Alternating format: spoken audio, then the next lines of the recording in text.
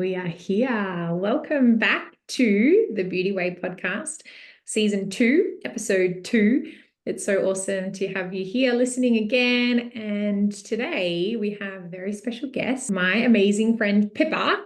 And it's so amazing to have you here.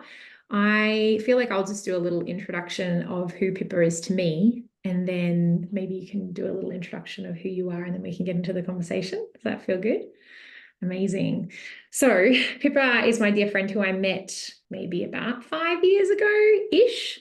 And we have developed a really beautiful soul sister friendship. And I consider Pippa to be one of my inner circle closest humans, my confidant, someone who I can pour my heart out to, be in my full vulnerability and the full expression of who I am.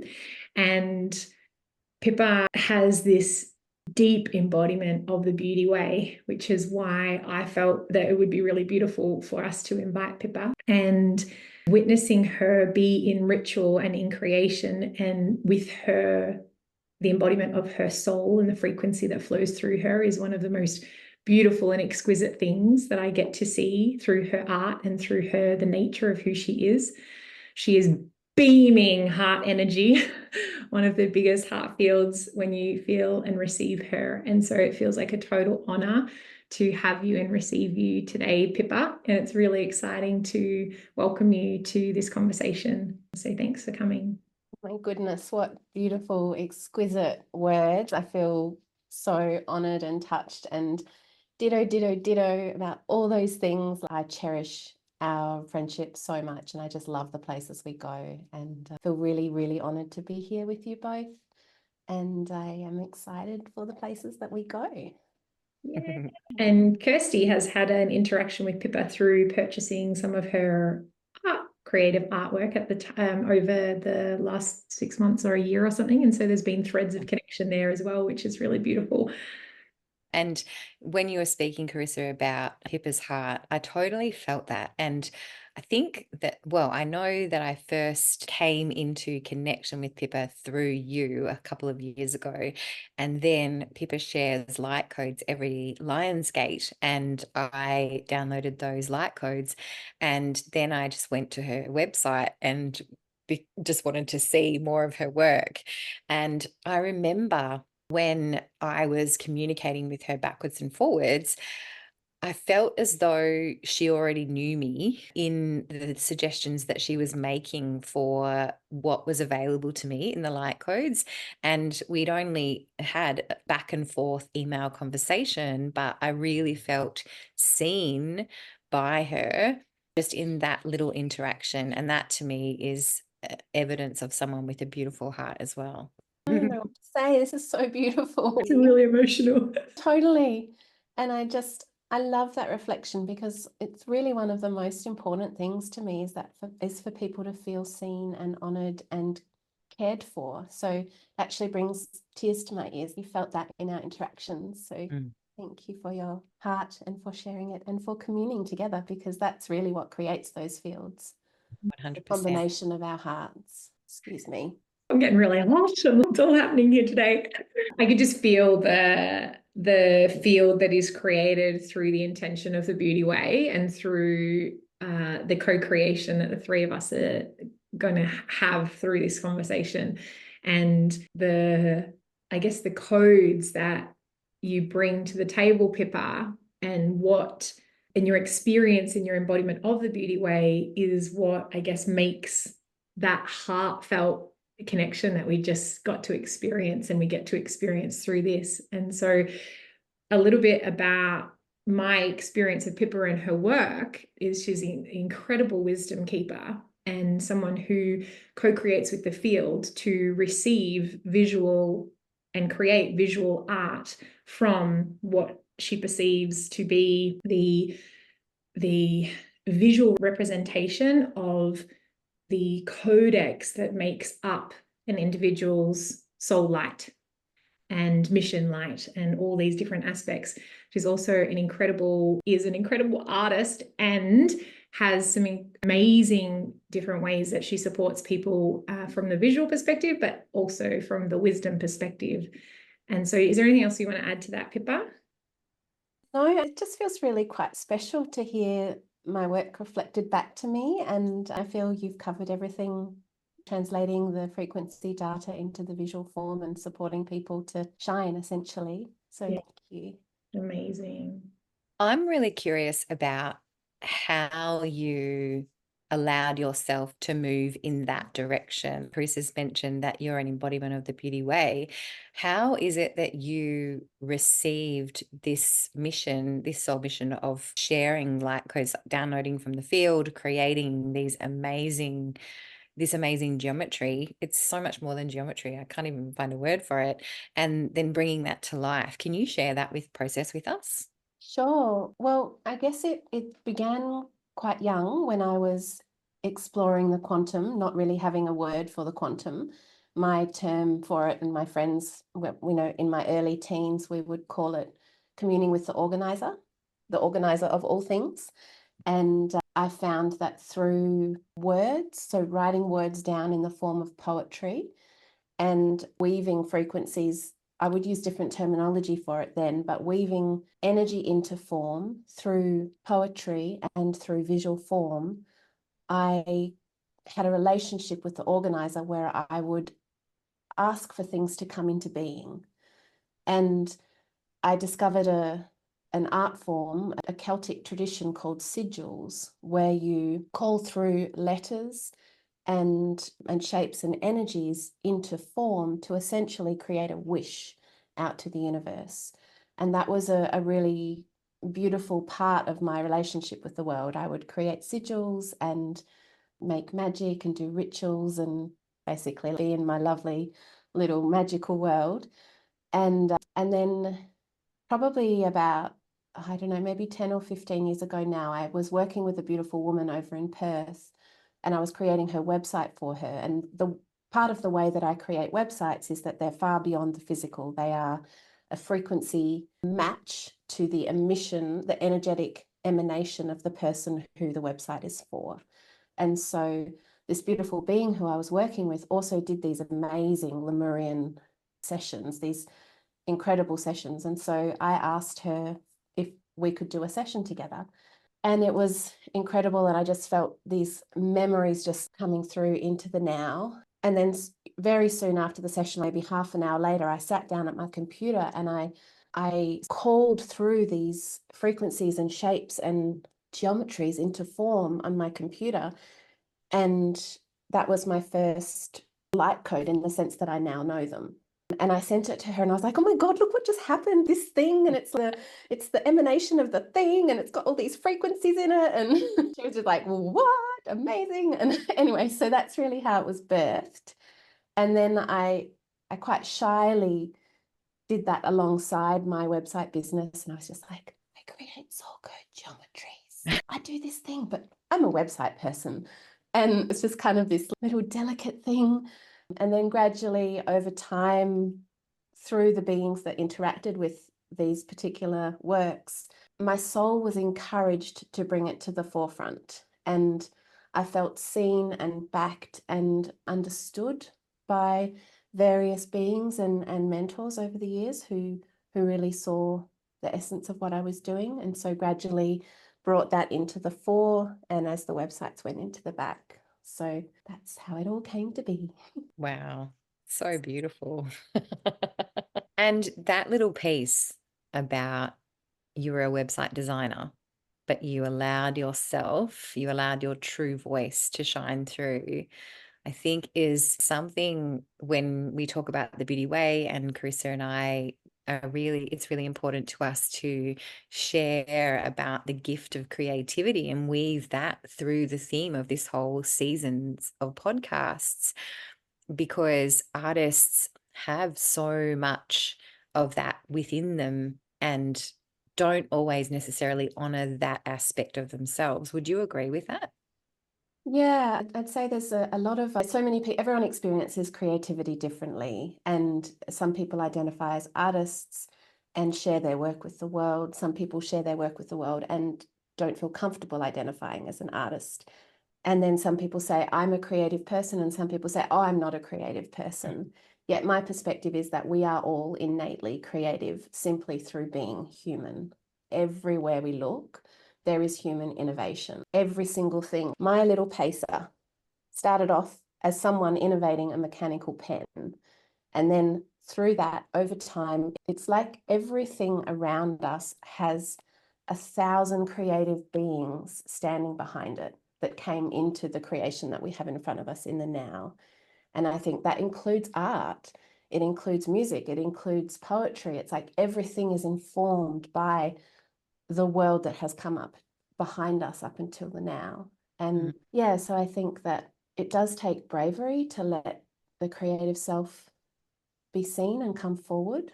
And it's not always easy. And I know that, sorry, I lost the question. I have a very neurodivergent brain. And so I went on a little tangent and came back again. And now I'm like, I can't really remember where we started. Because another question came through for me, if I can ask it. And that is, what I wanted to ask you is, when there are other artists and creatives listening and they have resonance with what you're saying, can you share wisdom with them about how they might go about actually allowing themselves to express with this authentic nature that is theirs? Yeah, absolutely. I guess one place I could start is our physical environment, and that there are some really, the act of creativity, whether it be sitting down with paints and a bit of paper, or even whatever it is, whether you're drawing, whether you're writing, whether you're creating music, even science can be an explorative, creative exploration, like any creative project. There is literature to support the idea that with which we create, the environment we create within either supports or hinders our creative process. And so office spaces with extremely bright fluorescent lighting is not conducive to creativity. Heightened stress in the body is not conducive to creativity. So I would invite creating a beautiful soft space with soft lighting. If you're into music, if you're into candles, whatever makes your system feel good, forging out time for it. I think that is a really key thing, to actually forge out space for creativity, and that it doesn't need to have a specific outcome. So it's like creating the environment, but then also creating an internal space where you step forward into the creative environment without expectations of what is to come out of you, to simply play. Play is really the best friend of creativity, bringing curiosity, bringing wonder, bringing, like, following the energy of charm. It's like, what charms and enchants you? Follow that. Or what is moving you emotionally? Follow that. It's like all of these places which creativity can be sparked from. I guess those three things are creating the environment that's conducive, collecting together your internal space to allow for play, and then following some kind of inspiration, whatever it be. And another piece I would say, sometimes it helps to have a friend to do it with, to book it in, even if you don't live in the same place. There's the idea of parallel play. So they might be on their Zoom and you might be on your Zoom, or you might be in the living room together. I think that can be really helpful to book it in, because sometimes we don't necessarily do it for ourselves. Anyway, that's what I would invite. Love I mean, that. how does that, would that be something that you would feel comfortable with? I guess that's something would you to feel comfortable entering into that kind of play? And do you identify as creative beings? Interesting that you asked that question, because I was literally about to go down that pathway of, this is something that I've had to really rewire for myself. I used to always say the words that I wasn't creative, because our society has instilled this idea that to be creative or to be an artist looks like X, Y, Z. And for me, my creativity doesn't typically look like those categories. And I have an incredibly creative way of co-creating with ideas and philosophy. I have an incredibly creative way of creating technology and all different kind of facets of that. And I think it's a really important part of the journey for anyone who identifies as non-creative or not an artist, to recognize all the ways that they do express creativity. And one of the thoughts that came to mind, because I was cooking before I came onto the podcast, I'm cooking dinner for my nibblings, my nieces and my nephew tonight. And I'm super creative when it comes to cooking. I can look at a recipe and be like, no, like that, I'll change this, change that. And all of a sudden I have completely formed a brand new recipe that I know is going to work. And that has been a journey for me. I used to tell the story and be in the story that I wasn't creative. And so now that I can identify all of the different ways that I'm creative that don't necessarily fit into the box, that gives me more availability to create in potentially new ways, because I'm no longer limited by the story that I'm not creative and that I can't do X, Y, Z. And so just recently for my birthday, actually, my partner created an experience and we went and did pottery. And I'm sure I played with clay at some point when I was a kid, but I have never as an adult gone to a pottery class of any description. And when I was using my hands and creating in that way, I thought, firstly, I really loved it. And then also the teacher, the person who was facilitating the experience at the end, she was like, wow, you're actually really good at this. She's like, this is the best that I've seen a first time pottery person. This is a really incredible creation. And I thought this is so interesting. I feel like sometimes our creativity is limited by our unwillingness to try new and different things, potentially out of fear or potentially out of a story or a narrative that we're not going to be good at it or that we're not going to like it or whatever. And I guess in this experience, I didn't have a choice per se, because my partner was like, I've created a surprise for you. This is what we're doing. And it was amazing because it gave me an opportunity to express and be in my creative energy in a different way. And to answer your question about creating creative spaces, when I am in creativity in the sense of writing, which I do not as much as I would like to be doing, it's important for me to have a particular environment, because otherwise it does not move through me. And so I have to be, it's very rare that I can do it like on my phone, for example. I have to be sitting with my laptop. There's something about the way that my body is and the way that the spaciousness I have on my laptop comparatively to my phone and how quick I can type versus on my phone. There's lots of little factors of how that does open up the channel versus not, simply by how I'm positioning and what have you. And so I'm not sure if that answered your question, but I'd also love to hear what your experience is, Kirsty, as well. I love that piece about the writing too, because that's really an important piece of my creativity too, is the writing. And when I write, when I want to write seriously, I need to do it. I want to do it with a journal and with a pen. Like, I don't want to sit down at my computer and I don't want to type, because for me, it's about sitting down and writing the words on paper. There's just something that allows it to come through within me personally.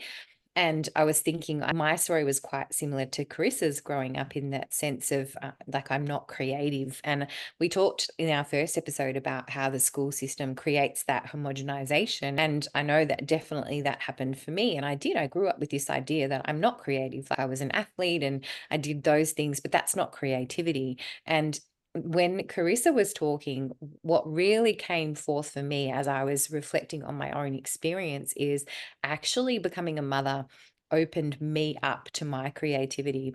I'm such a resourceful person, and the acknowledgement of my resourcefulness, cooking is a really good one too, helped me to realize how creative I am.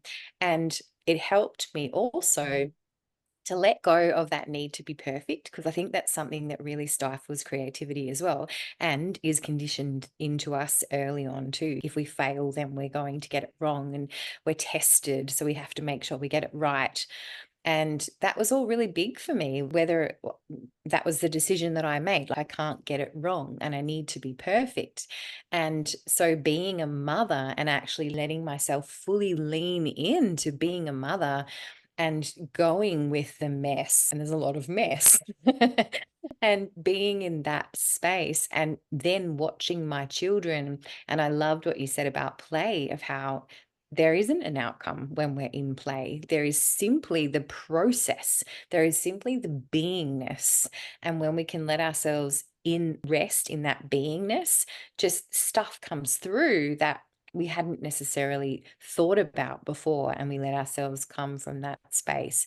And so for me, that's really, when I reflect on it, that's been the biggest piece for me, is allowing myself to be creative as a mother. And also, one of the things for me that I was reflecting on is that I love gardening, not like flower gardening and that kind of thing. I love planting vegetables and nourishing them and nurturing them to fruition. It's because then I'm going to be able to create something else with them. And the gardening is creativity. Yet previously, I wouldn't have necessarily thought that. But having spent time learning more about gardening and communing with nature and just being in that environment, that's so nourishing for me. And so, of course, that's me embracing my creativity. And there's so many ways that we can access that. And I wanted to share one thing as well. I can't remember if I shared this last week. We were talking, I feel like I did. Years ago, I did some work with a marketing coach, and one of the names that she put to me was that in the work I did, that I was the lifestyle artist. And I was like, the word artist really triggered me at the time. And that was probably helped me let go of that label, version to that label as well. But it did really trigger me, because I went, well, I'm not an artist. I don't have a creative bone in my body. And as you said, we're all artists of something. So thank you for that. I love this. And a few things sparked from what you both shared. One, thinking about what you were speaking to, Carissa, around the cooking and around the gardening, everything, the ways in which we are creative is so entirely unique to us. And so to really take off any expectations of what creativity needs to look like. And I just had this thought of, we are creative in every single moment of every single day. The decision to put on this top or that top, to choose these earrings or those earrings, to any little decision. So I was thinking about, like, for those folks who might not feel comfortable to dive straight into creating a creative space, that might feel a little daunting. But even just to start to, what you were saying you had experienced, Carissa, around taking note of the places in your life where you are creative. I feel like that can build a sense of creative, it might be slow, it might be fast, creative confidence around your own unique style of creativity. And that doesn't need to look like anyone else's. You do you. And that is exquisite. When you said, Kirsty, that you handwrite, it reminded me of, first of all, the reason that I have to use my laptop is because my typing fingers are significantly faster than my handwriting. And if I write as fast as my thoughts come through, I actually can't read what I've written because it comes fast. Whereas when I'm typing, I can move as quick as the thoughts that are coming through. And so when I create in that way, I have in the past judged that it isn't as creative or isn't as good as writing with a pen on a piece of paper. And so it just brings back your point, Pippa, that the way in which it moves and flows through you is always going to look like what feels right and correct and good for you, what creates the type of environment that actually enables your creativity rather than limiting it. And every time I think this will be really fun, I'll write down, and I get so frustrated during the process because I can't get it to happen as fast as I need it to. And so this is something that I say to my clients all the time around their creativity. Find the medium that works for you. Find the way that it works for you. Just because somebody else creates, for example, social media content with writing, if the words stream through you better on a video, do that. When it comes to that style of creativity, because I think there's so many limitations and stories about how it should or needs to look. And to me, all of those constrictions limit the expression. The other piece that I wanted to mention also was the agendaless creativity. That to me, it's something that I always try and keep in my awareness. And sometimes when I'm creating for the sake of my offerings and my creations, sometimes there's a little part of me that has an agenda of wanting to get something out of this creation. And every time that's there, it limits the expression, it limits what I think I need to write rather than just like what comes through me. And I was reflecting on this just yesterday about this creation that Kirsty and I have with the Beauty Way. It feels completely agendaless. I'm not doing it to get anything. I'm doing it for the play and the fun of having epic conversations with people that I love. Yeah, absolutely. Agendaless. And that's the epitome of the beauty way, isn't it? There is no agenda when we're living the beauty way. If you think of the shamans and the monks and those guys that are just happy all the time because they're just living in that state of play. And that's what's pure for them. And that sense of what I was going to say before, which you actually already covered it, Carissa, of the way that we compare ourselves to others and the little voices that come forth when I'm sitting at my computer and typing, the little voice that comes and says, you should be writing, or, if I'm writing, you should be writing faster, or you should, whatever, you should be writing neater. Because if I'm writing and I'm listening completely, then I'm not always understanding it either. And all of those comparisons, like you said, limit creativity. They limit the beauty way. And for me, when I think about agendaless, yes, these conversations are agendaless, but if I did have an agenda from this, it's to help people to allow themselves to receive the beauty of their uniqueness. Totally. You just sparked a piece of, you two both know this, but people listening may not. I'm really into human design, and I do human design as part of the work that I do with people that I work with. And there's various aspects of our chart that when we are in alignment with our strategy and our authority, which is an aspect of what human design kind of speaks to and how we are designed to co-create with life, when we are in alignment with that, which is what I see to be our soul essence, when our soul is more embodied in our body and we're following that as opposed to our conditioning, there are aspects of the chart that make our environment more conducive to not just creativity, but all different areas of our happiness and our health and all the different things. And I was thinking about how I can't create when there's music that has words. Yes, me too. And there are some people in their human design where I can't create when there's loud anything. Actually, I can't even eat when there's loud music at my house. We've got music on when I'm cooking. I have to turn it all the way down to eat. And there are different aspects of human design where that can actually be hindering by turning the music down. And it's so interesting. I love, again, it brings another element of that uniqueness and how we are all so vastly different in the way that we are designed to co-create with reality and co-create with our creations. And I always find that a really interesting one because, again, like the notepad with the pen, and my story previous to just allowing myself to create how I wanted to create was that it's better to do it on a pen and paper.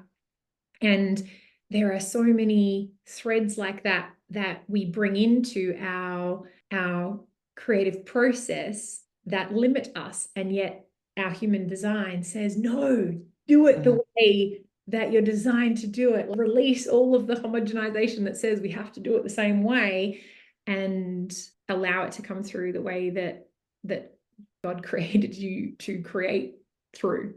Love it. I love that so much. One thing that I wanted to ask you, Pippa, and it sort of threads off the back of what you had asked before, Kirsty, which was about how one thing that I hold really firmly in my beliefs is that I believe that there is a way for our creative expression to be harnessed, and when it feels alive to, it can be monetized. And there are definitely times when there are creative projects that's not what it's for. It's just for your own outlet. And I really believe that we can do what we love and receive resources and abundance through those avenues. And I feel like, Pippa, you're a really good example of having a creative expression and then allowing it to come through you as a way to not just create resources for yourself, but actually offer something that's really amazing to people in their offerings, in their mission, in their creations, because they haven't got the access or haven't yet embodied their capacity to read light codes from the field and turn them into incredible artwork. And so therefore it's this beautiful service that you offer to people, because it offers this transmission that is beyond their words, or it really highlights something else energetically. And like you said, Kirsty, I feel like that's a really brave thing to do. And I feel like I would love to hear from you, Pippa, because I feel like you've done such a beautiful job of this. But I don't know, something that speaks to people who have something that they would like to do all of the time rather than just as a side thing. They want to actually bring that into their daily creatives, and instead of a job or something that they're working in. Like, any words that you have of that process that was for you, and any words of wisdom? Well, I feel like that particular balance is going to be different for everybody. And there are some beautiful words which kind of helped me early on in my, it was actually, I had to come out as an artist. And Elizabeth Gilbert says these words of, I would never do my art the injustice of demanding that it make me a living. And so that's not to say it can't make her a living, and it has made her a beautiful living. Yet the energetics of the demand, I feel like, are quite key in the response to your question. And for me, it's been a really gradual and really delicate, and quite a lot, the process. I remember when I came out to the world as an artist, I literally wrote a post that said, I am ... an artist. And I was like, this is literally the hardest post I've ever made in my life. And it was, and I wanted to take it down, and I was like, oh my God, what am I doing? And my closest friends didn't know that I drew because I was so closeted in it. I just hid it away. It was something I did just quietly. There were communities of people from other times in my life, and I did circus for a while, and they knew that I was an artist. And there was a few little bunches of people throughout my time that had known. Yet at that moment in time, my closest people they just didn't have an idea. They didn't have any idea that that's what I did. And so there's been this gradual stepping forward into the ownership of various different things that are unique to me, that I have to offer the world. And it's been so incremental. And it's like owning that piece, putting it here inside my heart, bringing in a bit more bravery and sharing it over here, bringing in a bit more courage and sharing it over here. So it's like layer by layer by moment, stepping forward more and more into myself. And I find it so confusing that in this world, we have to step back into ourselves. I would have thought it would be the given that we were in ourselves all the time, all the way. And again, I refer that back to the schooling system and so many influences, right? But so I feel like it's very incremental. And for me, it didn't start off as this is going to be something that I exchange for money at all. It was just simply that it was something that I was compelled to do. And as I kept adding these layers of scaffolding, fortification of my own understanding of what I am here for, it just sort of actually happened. And again, at first it was quiet, like I mentioned before, doing the website stuff because that was like societally acceptable. And then like, this is the other stuff. And also I feel like there was a piece around family acceptance that needed to land with me before I was able to, it was like one of the other layers. And I remember having a conversation with my folks and saying, I'm never going to have a conventional life. I need you guys to get on board with that, because if you keep wanting me to be over there, and they're not conventional people at all, but their ideas of what could be created as a living were different, were more conventional. And so asking them respectfully and lovingly to get on board the Pippa Weirdo train, and which they did lovingly, and now are really beautiful in their backing and their cheering. So that was what was involved for me. But again, it's going to be different for everybody. But I guess in inner fortification, gradual steps forward. What I hear from, there's a couple of pieces that you mentioned in then. What I hear from you is it was a conscious choice to embrace more of who you truly are and allow yourself to move with that. And as we know from an energetic perspective, when we do that, we begin to open our heart, open our field, and what is meant for us. And go back to what you said about play and no agenda, no outcome. What is meant for us will present itself, and we get to discern along the way. So I really loved that, because even though it's different for everyone, I felt as though the main piece that you brought in was actually embracing more of who you are, more acceptance of who you are. And therefore, this is who I am, and you can love me or not. And this is the direction that I'm going in. And the other thing that I wanted to ask you was, you use that word demand, which I love that quote from Ms. Gilbert.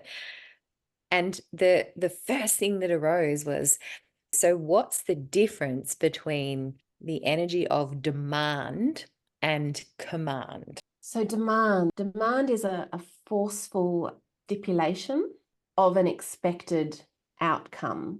A command, I would say that has a similar frequency in that it is a stipulation still. And so I would probably move towards a word like a request for co-creation. So like if I am in communion with she says, I would never demand that my art or my creativity make me a living.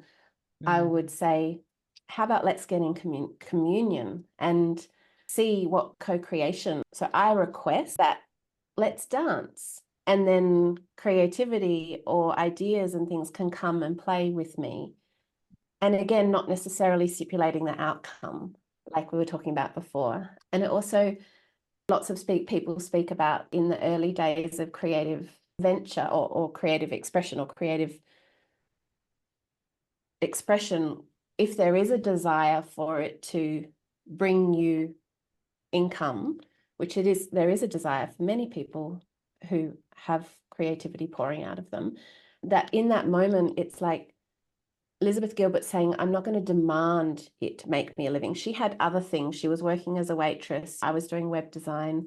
I gave it the space to be relaxed enough, because in that energy of demand, there's no room for nervous system relaxation. It's stressful. And so I think that's probably the key to that piece for me, is that to give it space enough to expand and shine and grow in its own time, in communion with my soul. Does that answer the question? Yeah, I love that. And I love, there's something about the word command for me as well. And I love what you just brought about the energy of demand. It's almost like the demand, just like you said, creates this extra expectation from something that's external to us.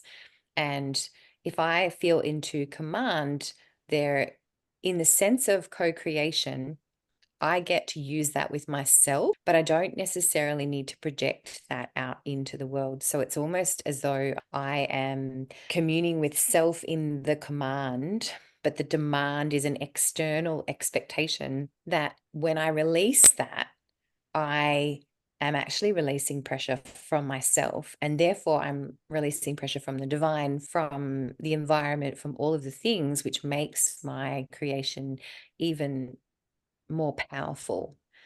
So did you have anything that came up for you, Carissa, in that? Firstly, I'm really curious what an experience of the command would be for you. When you talk about command, how are you interacting with that frequency? Because I feel like I get what you're saying, and I'm not sure if I'm on the same page. So thank you for that question, because to me, it seems the command is like I'm setting a direction. So I'm setting a direction. It feels like very masculine to me, the command. And what I'm feeling is that it's actually become imbalanced in our sense of creation and creativity as a society. And for whatever reason, it came forth when Pippa was speaking, and it was important for me to voice that. because for me, I feel that I go back to my background being in the military and following commands and things like that. I really needed to shift my perspective of that word, because I actually think it's a really powerful word. And so it helps me to, I command it, helps me to tune into my field. And I also love the distinction between the word demand, because that's about relationship, and that's about me not having unrealistic expectations on anything outside of me. To me, it feels like command is very much me being creator, and demand is me giving my power away to someone else. So I appreciate your perspective, Pippa, and for whatever reason, that little nuanced piece there had to come through for me. I love that. I'd love Yeah. to speak on it as well, because I feel like the command, what I feel like I'm hearing is like, I would language it for my own experience in a slightly different way, which is what I'm hearing is that the creator within me has the power to create whatever it is that I want. And in the command feels like it's my intention and my willingness and my drive forward.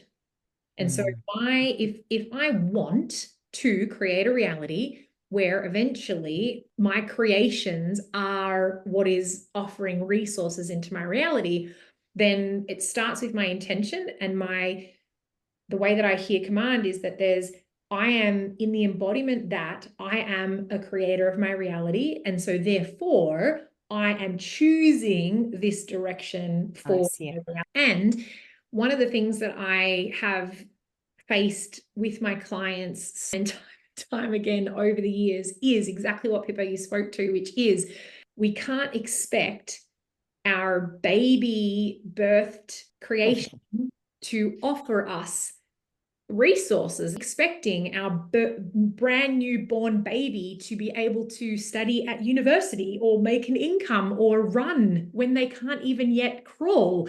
And so I am a huge advocate for find a source of income that takes all of the pressure and demand off of your creations to create you money, because anytime there is even the remote piece of pressure on them to perform, you can expect the opposite, because that's not where the creative flow and the creative process comes from.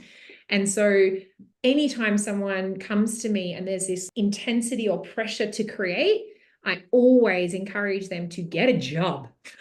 Get a freaking job. Don't place the requirement on your creatives to create, to, what was the word? Like, I think, what was the word? Demand that you make me a living. Demand to create your living, exactly. Just like you wouldn't put that same demand on a baby that is not yet have the capacity to do that. And so I believe it's a really important part of the journey of finding what it is that literally lights your soul on fire and doing it every day, is that you have resources that support it. The scaffolding, like you said, Pippa, that offers us the foundation in which we can create from. Because if there's scarcity, if there's fear, if there is any form of survival that is laced over your creative process, it's going to limit it and block it. And so with that whole question of like, how would you offer wisdom to how to create? I feel like exactly how you've done it, Pippa, what enabled it, made it available, was that you were doing your website stuff. And that was your source of income. And the creative, it meant that you could create and it didn't matter if it made an income. And naturally, by being in that flow, all of a sudden pathways open. Somebody asks you a question, somebody sees something, goes, oh my gosh, I want that for this. I'm willing to pay you for that. And I believe that that is how our creativity can also resource our existence when we're following the threads of our soul, as opposed to, as the word that you used, demand it to, because there's a completely different frequency that we're co-creating with in the expression of who we are when it doesn't come with the pressure of feeding us. Agreed. And I think there's a beautiful piece in it for me as I was hearing you speak, I was like, and it's ongoing, like this stepping into self, into unique expression, following those threads, opening the pathways, responding to that inquiry, responding to that universal impulse, this incremental and ever ongoing process of stepping closer to self. It's such a dance, isn't it? Because the more that you actually do that, the more structure that you create for yourself, but you create this fluidity within the structure because yourself, your capacity, your resources, all of the things that go into this source of creativity. I'm actually listening in the background to my daughter playing violin, and that's her expression of creativity. Is she has to spend hours each day with this gift and with this thing that she loves.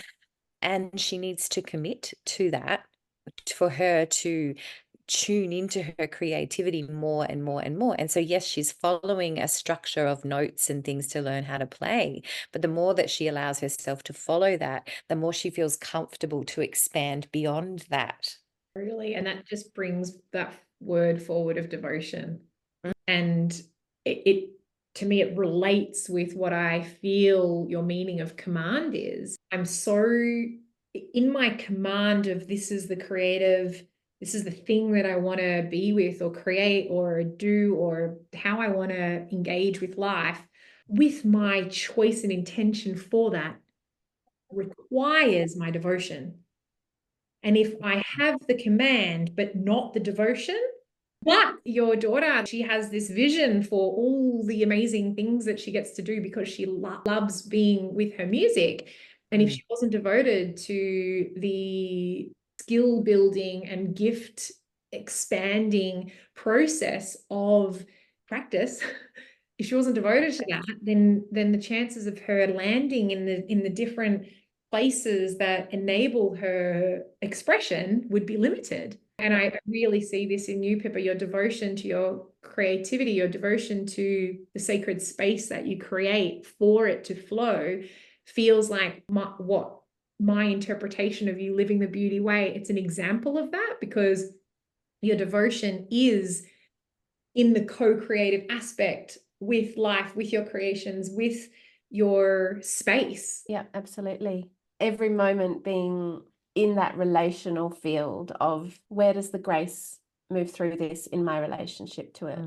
A friend asked me the other day, what's the meaning of grace to you? And I just had this kind of overwhelming feeling of that it relates to the word devotion that you just shared. And I said something akin to grace is the filaments of devotion or the filaments of divinity that move on the threads of connection between all things. And I feel like that is the beauty way for us to move with that kind of grace, with that kind of wonderment, with that devotion to beauty, devotion to connection, devotion to soul is quite exquisite. And to continually bring ourselves back to that purity of the moment. So I beautiful. feel like that's a little snippet for our excerpt for this episode. I was just thinking, I feel like we got Zach Bush. I wanted to just, with what you just shared, Pippa, I feel like all the things that we've spoken about today that create conducive environment for creativity is what you shared, because our devotion and what I shared was like, get a job.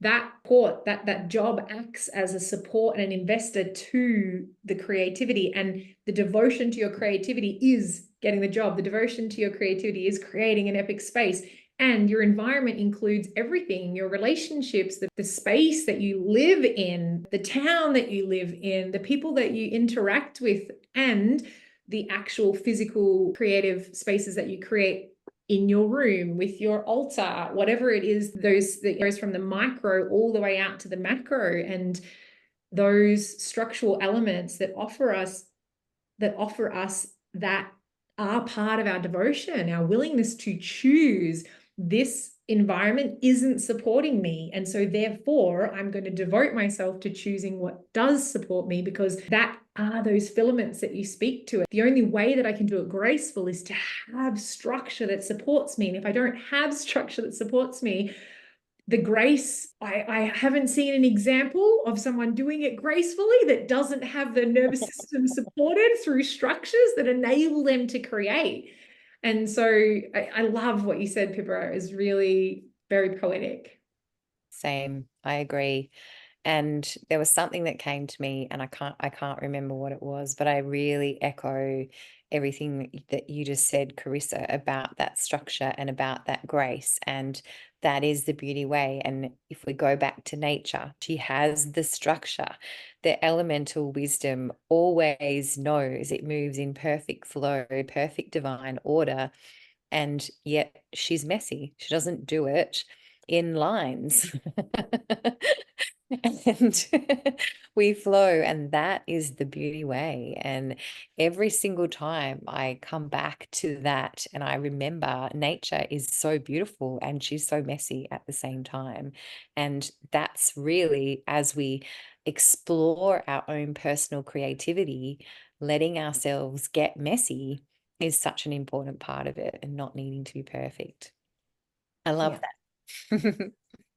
Agreed. Were you going to add something? I only caught your hand movements right at the last second. Were you going to say your body?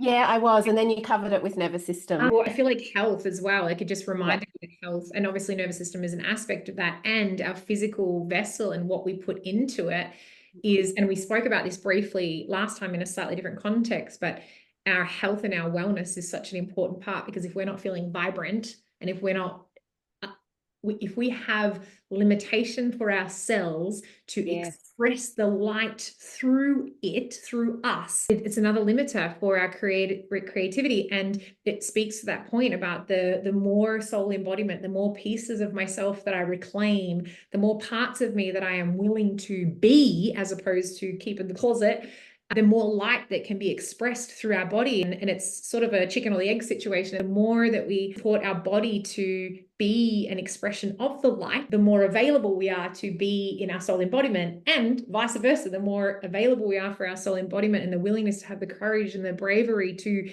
express that, the more access we have to our own light, the more access we have to the beam of creativity and the vibrancy that's available through our physical vessel when we're looking after it via nervous system, because that is the electricity system that allows us to do what we need to do, and also our physical cell structure of health as a more physical aspect. I remember what I was going to say from something that you just said then, which is that when I'm sharing about choices, and use the choice of taking a job to support me whilst my creative talents are expanding, if I'm judging myself about having to get a job, then there's a limitation in me, and I'm actually coming from a place of fear.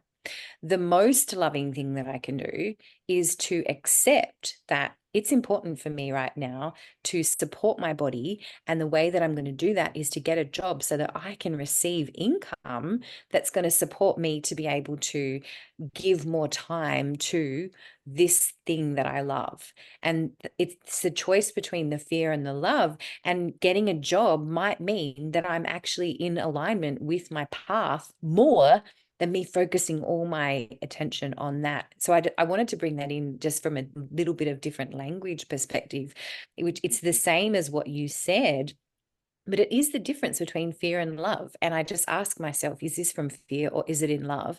And I know if it's in love, if it's in alignment with what I actually want right now.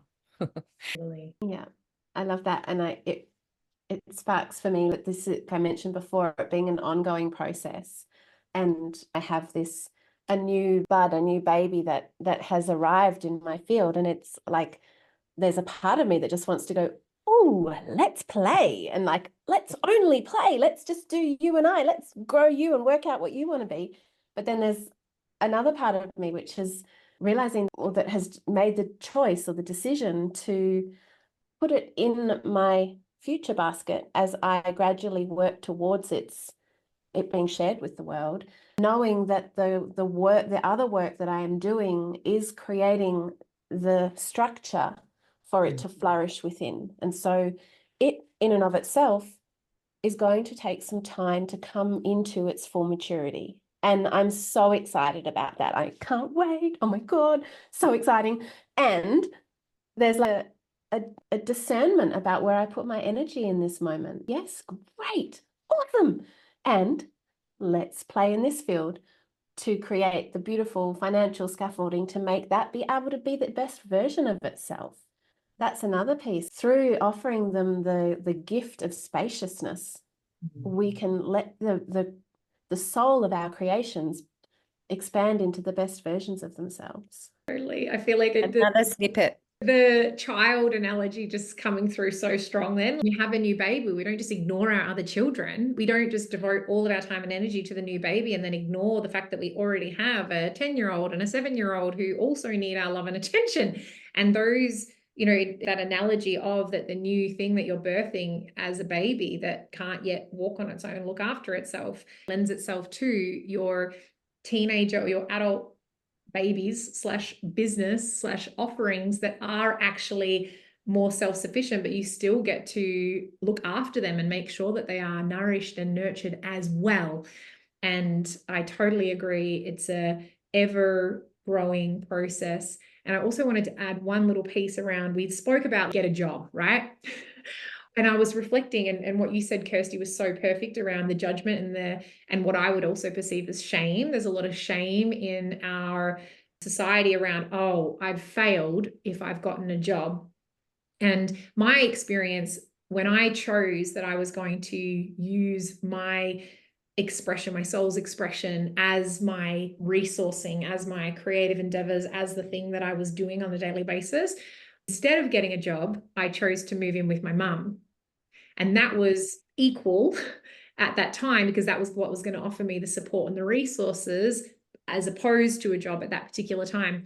And I had so much shame about being a 30-something-year-old woman living at home. And I had to alchemize that and be with it. And that shame, that judgment that I had over my living circumstances was a limiter to the growth of my offerings of what it was that I was bringing to the world, because there was this part of me that was hiding it. And so therefore I wasn't being the full expression of who I was. And it was a really fascinating journey. And Pippa, I imagine that you remember some of it because you were there for some of that journey and unraveling those pieces to actually recognize the gift of living in enough privilege that we can get a job or that we can move in with our mum or whatever, had me really unlock and unravel any parts of shame and actually recognize the privilege and the honor that it was to have so much support in my reality that I didn't have to do the job at that particular time because I felt like at that moment that was going to limit my time capacity. And so having whatever it is that offers you support and scaffolding, whether that be a job, moving in with your folks, or a million other potentials, getting alone. There's so many different ways that we can support our creativities and without putting the pressure on our creations to resource us. Love that expansion of the resources. They come in so many different shapes, forms, sizes, directions. Totally. Yes. What can I do to open myself to receive more? And the doing and the being and the being and the doing. Yeah. Beautiful. And once again, we could go on for hours, couldn't we? Pippa, I would love for you to share where people can find you. Oh, yes, absolutely. So I am on Instagram as celestial.arts. So it's like celestial, but without the C, celestial arts with a dot in the middle. And then my website is celestialarts.com. So either of those two places, come and play. Check it out. Try and put that in the show notes. Amazing. Thank you so much for joining us, Pippa. It was so beautiful to be in conversation with you. You too, both of you. Thank you. I loved the conversational nature of this and how I love collaboration of ideas. It's basically one of my highest funnest play places. And so this has been an absolute treasure of a joy for me. And I just feel really honored to be a part of it. And I love the series that you are both doing. And I feel I've listened to the first one and I feel excited to continue listening as you explore all the different places of creativity in the beauty way. Thank you for having me. Thanks for being here. Love you. Bye, everyone.